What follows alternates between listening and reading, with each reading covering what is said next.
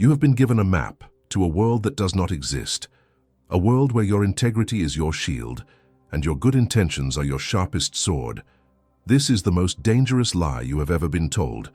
It is the lie that ensures you remain a pawn in a game you don't even know you are playing. We are about to burn that map, and from its ashes, we will forge a weapon. Let us begin by dissecting an archetype we are taught to admire, a figure you may even recognize in yourself, the good and honorable individual. He operates from a deeply held belief in justice, reason, and the inherent decency of his fellow man. He enters every room assuming a shared purpose. He enters every negotiation with an open hand, believing that transparency will be met with reciprocity, that his honesty will inspire the same in others. He builds his relationships and his career on the foundation of trust, offering it freely in the hope that it will be returned. When a subordinate fails, he offers a second chance. When a rival stumbles, he offers a hand, believing this act of mercy will neutralize a threat and perhaps even create an ally. He is, by all conventional measures, a paragon of virtue, and in the unforgiving calculus of power, he is a guaranteed failure, a tragedy in waiting. His goodness is not a strength, it is a profound vulnerability, a signal to the world that he is unwilling to play the game as it is truly played. His every action is predictable, because it is constrained by a rigid moral code that his competitors do not share. They see his transparency not as a virtue, but as a gift of free intelligence. They watch him lay his strategy bare on the table, and they smile, for he has done their reconnaissance for them. They see his mercy not as a sign of magnanimous strength, but as a fatal hesitation, a lack of the necessary resolve to secure victory. The rival he spares is not converted, he is emboldened. He now knows the good man's weakness, and he will not make the same mistake when the roles are reversed. This idealist lives in a state of constant, low-grade disappointment. He is perpetually bewildered when his logical, well-reasoned arguments are swept aside by appeals to emotion and self-interest. He is shocked when the loyalty he thought he had earned through kindness evaporates the moment a better offer is made. He laments the state of the world, believing he is a virtuous man in a fallen time. He is mistaken. The world has not fallen. It has always been this way. He is not a virtuous man, he is an unprepared one. As Niccolo Machiavelli observed with chilling precision, he who abandons what is actually done for what ought to be done will sooner learn the way to his own ruin than to his preservation. The failure of the good man is not a failure of intelligence, it is a failure of application. His mind is a brilliant instrument, but it has been calibrated to measure a phantom world. His entire operating system is based on a single, faulty premise, that men are guided by the better angels of their nature. But power does not consult with angels.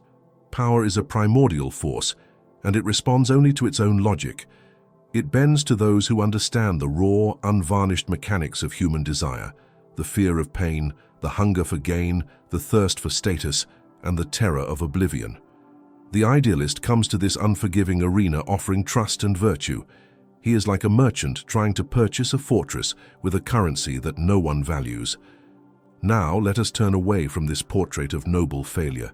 The path to becoming dangerously intelligent begins not with the acquisition of new knowledge, but with the ruthless destruction of old illusions. It is a painful but liberating awakening to the world as it is. It requires the acceptance of a foundational truth, the very cornerstone of Machiavellian thought. You must see human nature not as you wish it were, but exactly as it has proven itself to be, time and time again. And what is that nature? Let us be unflinchingly clear, for this must be said of men in general. They are ungrateful, fickle, simulators and dissimulators, avidly fleeing from danger and greedy for gain. As long as you are providing them with benefits, they are entirely yours. They will offer you their wealth, their families, their very lives, but only so long as the danger in doing so is distant.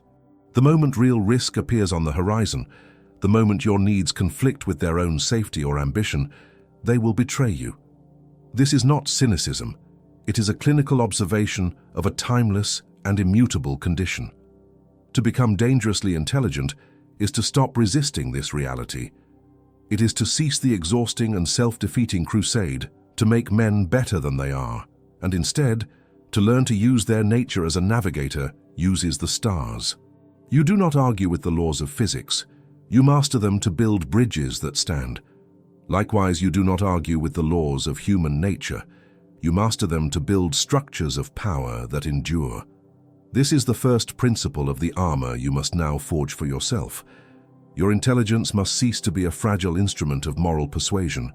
It must become a hardened shield, capable of deflecting the hidden ambitions and veiled aggressions of others. To build this shield, you must embrace Machiavelli's most profound and misunderstood directive. To ensure your survival and success, you must learn how to be able not to be good. Understand what this means. It is not an invitation to become a monster. It is a command to become a strategist. It is the recognition that goodness, when deployed universally and without exception, is a form of suicide. A surgeon, to save a life, must have the courage to cut into living flesh. He must be able to inflict controlled, purposeful pain. If he were to shrink from this task out of a vague sense of goodness, he would be a moral failure, not a virtuous man. Similarly, a leader or an individual navigating the complexities of life must have a full spectrum of capabilities. The idealist possesses only one tool, virtue. The realist, the dangerously intelligent strategist, possesses the entire workshop. He knows how and when to be generous, but also how and when to be miserly to conserve resources. He knows when mercy will create loyalty and when it will breed contempt. He understands that a reputation for unwavering resolve is a far greater deterrent than the occasional act of kindness. His choices are not dictated by a rigid, abstract moral code, but by a pragmatic assessment of the situation and a clear-eyed focus on the desired outcome. He is the master of his actions, while the good man is a slave to his principles. This is the beginning of true freedom, the freedom from the debilitating need for approval, the freedom from the naive expectation that your virtue will be rewarded. It is the cold, empowering realization that you are responsible for creating your own order in a world of inherent chaos. The good man is a leaf in the stream of circumstance. The realist is the hand that builds the dam, redirecting the current to his own purpose. For a man who wishes to make a profession of goodness in everything must necessarily come to ruin among so many who are not good. Hence it is necessary for a prince, if he wishes to maintain himself, to learn how to be able to not be good. Comment: reality is the battlefield to master this terrain and subscribe to learn the rules of engagement. You have cast aside the old map and accepted the unforgiving terrain of reality. You have learned the first, most difficult lesson, that to survive and to thrive, you must acquire the capacity to not be good. But this knowledge by itself is a dangerous void. To simply reject the old rules without adopting new, more effective ones is to trade naivete for nihilism. That is the path of the anarchist, not the architect, the path of the prince. We are not here to burn the world down. We are here to master it. To do that, you require tools, not the flimsy instruments of idealism, but the tempered steel of strategy, forged in the fires of human nature. The first and most formidable of these tools is one your entire moral education has taught you to fear. It is the calculated application of what we shall call the economy of cruelty. Let the word hang in the air. Cruelty. It conjures images of senseless violence, of malice for its own sake. This is the definition of the common man, and it is useless. The strategist must redefine this concept, stripping it of all emotion. For him, cruelty is not a passion, it is a function. It is a surgical instrument, and like any blade, its effect depends entirely on the hand that wields it. Machiavelli makes a vital distinction between cruelties well used and ill used. To understand this is to understand the difference between a state of perpetual misery and a foundation of lasting stability. Ill-used cruelties are the default of the weak and indecisive leader. They are small, nagging, and persistent. A punishment delivered too late, a half measure that fails to solve a problem, a constant series of minor insults and pressures that demoralize subordinates and embolden enemies. This is the slow poison. It is the leader who, fearing to be disliked, never makes a clean break. Instead of firing a toxic employee decisively, he micromanages them, isolates them, and slowly chips away at their responsibilities, creating a miasma of resentment that infects the entire organization. It is the state that, instead of quelling a rebellion with a single overwhelming show of force, engages in a prolonged campaign of arrests and restrictions, fueling the very grievance it seeks to extinguish. These actions, born of hesitation, do not inspire fear. They cultivate hatred. And hatred, unlike fear, is a patient, consuming fire. Ill-used cruelty is a wound that is never allowed to heal. It is picked at day after day until the entire body politic is sick with infection. Well-used cruelties, on the other hand, are acts of shocking, decisive, and final severity. They are committed all at once, at the very beginning of a new reign or the start of a new order. Their purpose is not to inflict suffering, but to establish a new reality so emphatically that it cannot be challenged. Consider a prince who has newly conquered a city known for its rebellious nobles. The hesitant ruler would try to win them over, offering them positions and pardons. He would spend his reign stamping out one conspiracy after another. The Machiavellian prince, however, identifies the core architects of the opposition and eliminates them in a single, public and terrifying stroke. The act is brutal. It is shocking, but it is also definitive. It is a statement, written in blood, that the old order is dead and that the price of challenging the new one is annihilation. This is the economy of the act. The initial cost is horrific, but the long-term dividend is peace. The suffering is acute but brief, and it prevents the chronic agony of civil strife. The strategist who understands this knows that sometimes the most humane course of action is an act of profound, calculated inhumanity. It is the intelligence to recognize that a single necessary amputation, though terrible, is infinitely preferable to the slow, creeping gangrene of indecision. To wield this tool requires a chilling clarity of purpose and the courage to be judged a monster in the short term, to ensure stability in the long term. The second tool you must acquire is a deep and profound suspicion of the middle ground. You must internalize the strategic imperative known as the danger of neutrality. We are taught that neutrality is a sophisticated position, the mark of an objective mind, a wise arbiter who remains above the fray. This is a comforting illusion. In any contest of power, neutrality is not a position of safety. It is a declaration of irrelevance. It is a strategic blunder from which one rarely recovers. Imagine two powerful forces are locked in conflict. You, standing between them, declare your neutrality. You believe this makes you safe. You are catastrophically wrong. The force that ultimately wins will not thank you for your inaction. Why would they? You did not aid their struggle. You did not share their risk. At best, they will view you with contempt as a spineless opportunist. More likely, they will see you as a prize to be claimed, your resources to be absorbed without any obligation of gratitude. And what of the loser, the one you refuse to help in their time of need? They will harbor a deep and bitter resentment, marking you as a false friend who stood by and watched them burn. By trying to offend no one, you have made yourself disposable to the victor and despicable to the vanquished. You have secured no allies, and you have earned the quiet scorn of all.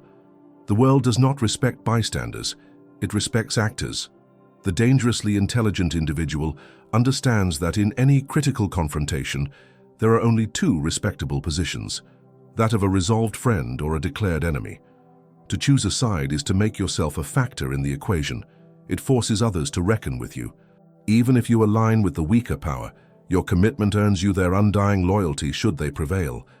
And should you lose, you are at least defeated as a noble combatant, not captured as a worthless observer.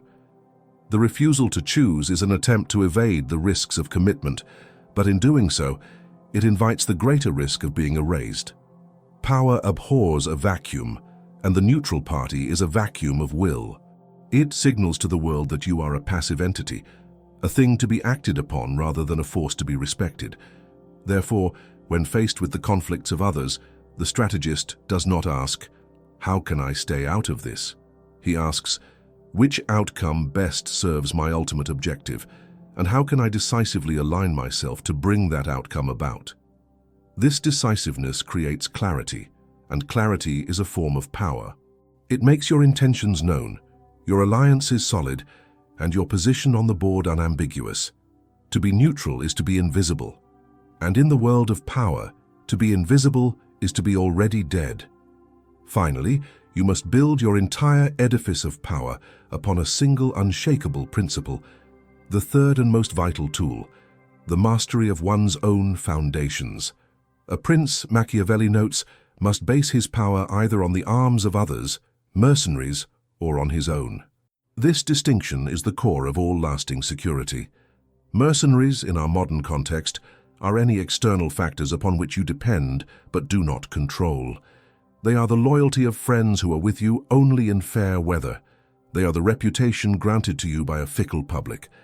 They are the authority that comes with a job title that can be stripped from you in an instant. They are borrowed capital, inherited status, and the temporary goodwill of your superiors. These things are useful, but they are treacherous. Their allegiance is first and last to themselves. The moment a more profitable offer appears, the moment your fortunes turn, these mercenary supports will desert you without a second thought, for they were never truly yours to begin with. To build your life on such foundations is to construct a palace on a fault line. It may be magnificent for a time, but its collapse is not a matter of if, but when. The dangerously intelligent individual understands this with absolute clarity. Therefore, he dedicates his life to the relentless cultivation of his own arms, his own foundations. What are these? They are the assets that are intrinsically yours, that no one can take from you. Your skills, honed through relentless practice until they become second nature. Your discipline, the command you have over your own mind, your own impulses, and your own time. Your resilience, the capacity to endure setbacks and emerge stronger. Your own resources, saved and accumulated through prudence. Your reputation, built not on charm or public relations, but on a demonstrated history of competence and reliability. This is the slow, arduous, and unglamorous work of the true strategist. While others are networking, he is studying. While others are chasing trends, he is mastering timeless principles. While others are borrowing against their future, he is building a fortress of present capability. His power is not contingent on the economy, on the opinion of his boss, or on the mood of the crowd. It is organic. It emanates from him. His authority is not granted, it is earned. He becomes a force of nature in his own right, his value self-evident. This is the ultimate security, to be the one who brings the value, not the one who seeks it from others. To possess a foundation of stone, hewn from the mountain of your own will, while all around you others build their fragile houses of cards in the wind.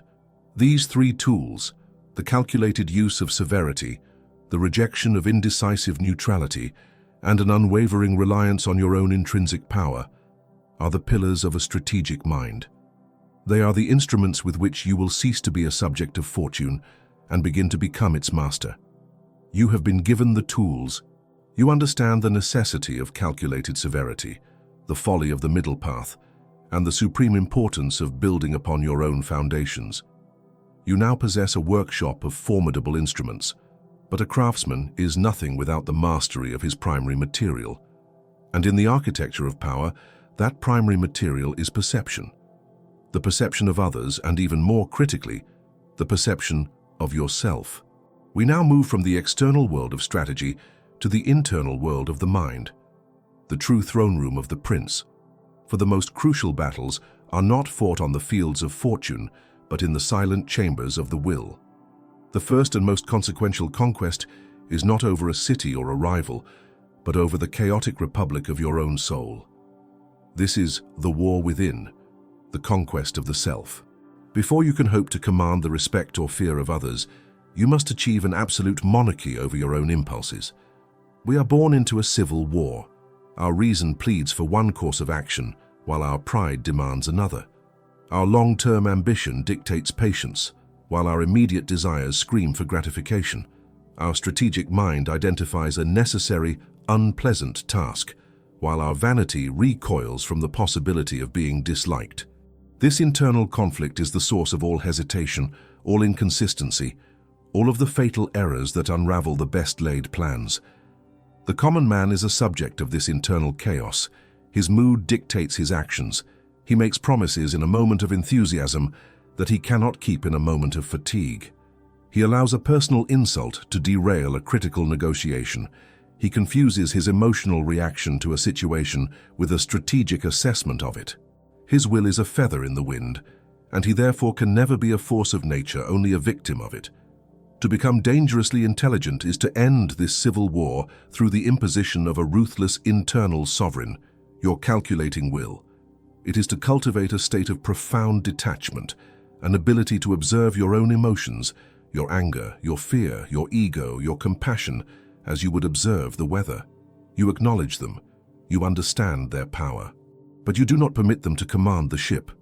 This is the cold, lonely discipline of the strategist. It is the capacity to receive a stinging insult and show only placid agreement, while filing away the knowledge of your enemy's character for future use. It is the strength to carry out a necessary but painful decision without being crippled by sentiment.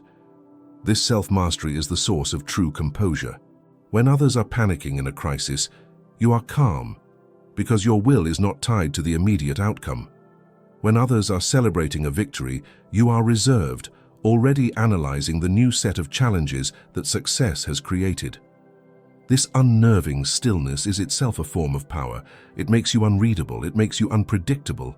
People are disquieted by that which they cannot understand, and they will project their own fears and anxieties onto your placid exterior, often assuming you know more than you do, that your plans are more intricate than they are. By conquering yourself, you become a blank canvas onto which others paint their own destruction. This inner monarchy is the invisible, unshakable foundation upon which the entire theater of power is built. Once you have established this internal dominion, you can turn your attention to the external stage. You must become a master of perception engineering. The vast majority of people do not have the time, the inclination, or the capacity to judge you based on the complex reality of your actions and intentions. They will not analyze your balance sheets or read your strategic memos. Instead, they will judge you by what they see or what they think they see. As Machiavelli states with devastating simplicity, men in general judge more by the eyes than by the hands. Everyone sees what you appear to be. Few experience what you really are. This is not a lamentable flaw in the human condition. It is a fundamental law of social physics, and you must use it to your absolute advantage. The idealist strives to make his appearance match his reality. If he is honest, he feels compelled to be transparent. If he is compassionate, he feels he must display it at all times. The strategist understands this is a fool's errand. The goal is not to align your appearance with your reality, but to craft an appearance that serves your objective, regardless of the reality. Your public persona is not a reflection of your soul. It is a tool, a carefully designed, expertly wielded instrument for shaping the opinions of the masses. This requires you to become a conscious performer on the world's stage. Every public act, every word you speak, every gesture you make must be a calculated piece of theater designed to reinforce a specific narrative. If you wish to be seen as generous, do not be quietly generous. Make a grand public display of a single significant donation while practicing prudent miserliness in all other matters. The memory of the public spectacle will far outweigh the reality of your private parsimony. If you need to be seen as bold and decisive, do not explain the nuanced, careful deliberation behind your decision. Present it as a stroke of intuitive genius, a confident and unhesitating move. People are drawn to the appearance of certainty, for it relieves them of the burden of their own doubt. This is the essence of the dilemma Machiavelli poses. Is it better to be loved or to be feared? He concludes that while it would be best to be both, the two are difficult to unite. And if you must choose, it is far safer to be feared than to be loved. Love is a bond of obligation, which men, being wretched creatures, will break whenever it serves their purpose. But fear is fortified by a dread of punishment, which is always effective. Notice the precision of the argument. The goal is not to be hated. Hatred is the result of ill-used cruelty, of being rapacious, of seizing property, of being erratic and unpredictable. Hatred is a consuming, active emotion that breeds conspiracies and rebellion. Fear, in the Machiavellian sense, is something closer to profound, awe-inspiring respect. It is the quiet, settled understanding in the minds of others that you are a serious person, that your will is implacable, and that there are predictable, severe, and inescapable consequences for crossing you. Love is a sentiment. Fear is a calculation. And in the long run, men are more reliably governed by their calculations than by their sentiments. Finally, you must construct the most powerful weapon in your entire arsenal, the impenetrable fortress that protects you while you maneuver in the shadows. You must build the facade as fortress. The ultimate performance is the projection of conventional virtue. A prince, Machiavelli advises, need not actually have all the good qualities, but he must certainly appear to have them. To appear merciful, faithful, humane, upright, and religious. Having them and observing them is injurious, but appearing to have them is useful. This is the master stroke of perception engineering. While you are practicing the cold calculus of power behind the scenes, making difficult alliances, neutralizing threats, enforcing discipline, your public-facing persona must be a portrait of unimpeachable piety and benevolence. Why? Because the masses are comforted by the symbols of virtue. They want to believe their leader is good. This belief acts as a powerful anesthetic, dulling their suspicion and making them far more willing to accept your authority. If they believe you are fundamentally humane and religious, they will rationalize your harsher actions as unfortunate necessities, temporary deviations made for a greater good. They will become your willing accomplices in the construction of your own myth. This facade is your shield. It deflects criticism. How can they accuse you of ruthlessness when you were just seen publicly forgiving a minor transgressor? How can they claim you are deceitful when you constantly invoke the language of honesty and faith? Your virtuous reputation becomes a powerful form of plausible deniability. It allows you to operate on two levels simultaneously, the symbolic plane of public perception and the real plane of strategic action. To maintain this fortress, you must become a master of the grand gesture. Attend the religious ceremonies, speak the language of compassion.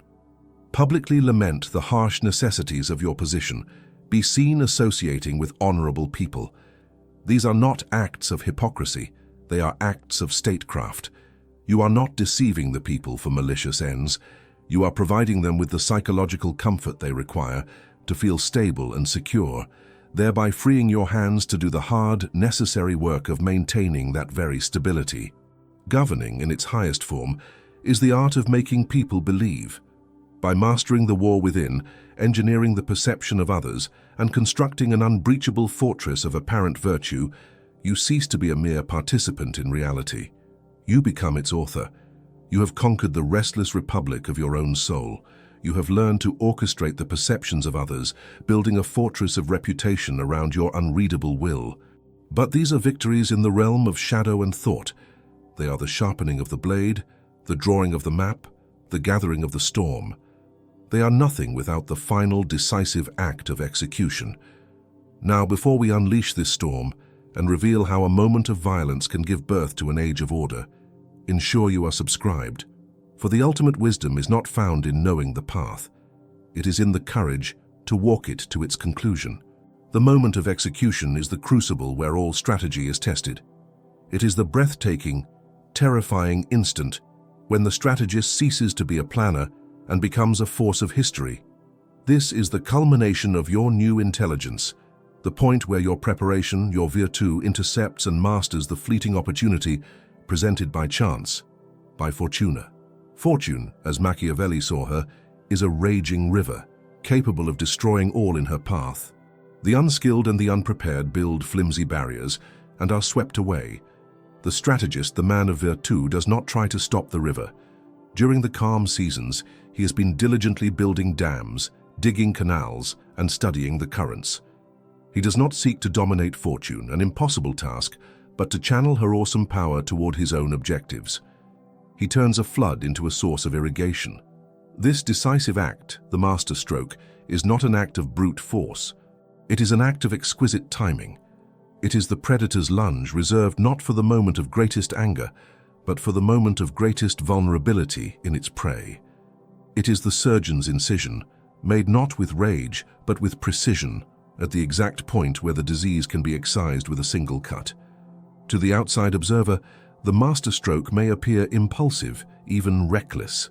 In truth, it is the result of immense patience, of waiting for the precise alignment of circumstances, a rival weakened by their own mistakes, a populace weary of the old order, a sudden crisis that creates a vacuum of power.